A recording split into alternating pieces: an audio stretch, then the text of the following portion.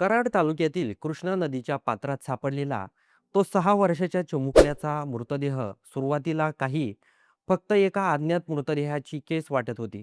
पण जसा जसा तपास पुढे सरकत गेला तसं तसं या प्रकरणामागचं सत्य इतकं भयावह आणि हृदय पिळवटून टाकणारं आहे हे समोर आलं. आणि शेवटी उघड झालं ते म्हणजे या निष्पाप मुलाचा खून कोण्या परक्याने नाही तर त्याच्या स्वतःच्या जन्मदात्या पित्याने केला होता. मृत मुलाचं नाव सिद्धार्थ मल्लिकार्जुन आरेकारी, वय फक्त 6 वर्ष, कर्नाटकातील नागठाणे गावचा रहिवासी. एका साध्या कुटुंबात वाढवणारा हा चिमुकला अचानक बेपत्ता झाला आणि काही दिवसांनी त्याचा मृतदेह महाराष्ट्रातील कराड तालुक्यात कृष्णा नदीत सापडला. या घटनेने दोन्ही राज्यांमध्ये एकच खळबळ उडाली. ही संपूर्ण घटना सुरू होते 16 मार्च पासून. त्या दिवशी सिद्धार्थचा वडील मल्लिकार्जुन आरेकरी त्याला नवीन कपडे घालतो. घरच्यांना सांगतो की मी त्याला शाळेत सोडायला घेऊन जातो. सगळं काही अगदी सामान्य वाटत होतं. एक वडील आपल्या मुलाला शाळेत सोडायला निघाला.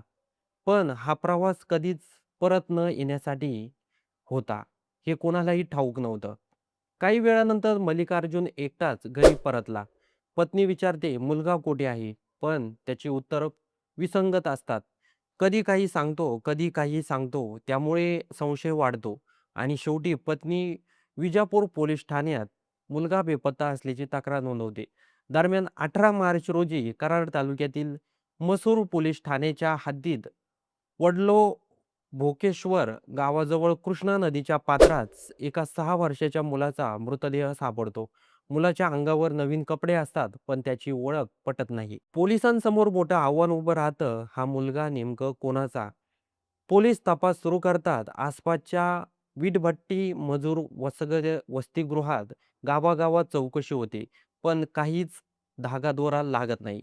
शेवटी पोलिसांना एक महत्त्वाचा अंदाज येतो.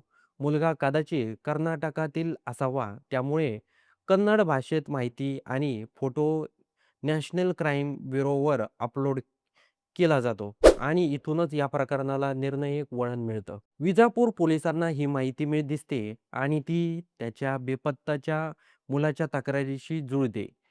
ते लगेच मसूर पोलिसांशी संपर्क साधतात. तपासाची साखळी जोडली जाते आणि संशयाची सुई सरळ मुलाच्या वडिलांकडे वळते. पोलिसांनी मल्लिकार्जुनला ताब्यात घेतलं आणि चौकशी सुरू केली. सुरुवातीला तो टाळाटाळ करत होता, पण शेवटी सत्य बाहेर येतं. त्याने कबुली दिली, "होय, मीच माझ्या मुलाला कृष्णा नदीत ढकलून दिलं."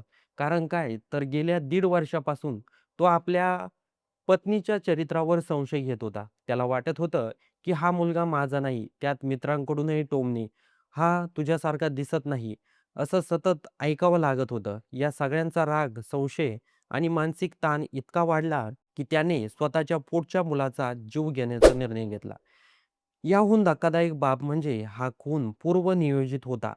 काही वर्षापूर्वी मल्लिकार्जुन कृष्णा नदीकाठी वाळू उपसा ठेक्यावर काम करत होता. त्यामुळे त्याला या परिसराची पूर्ण माहिती होती.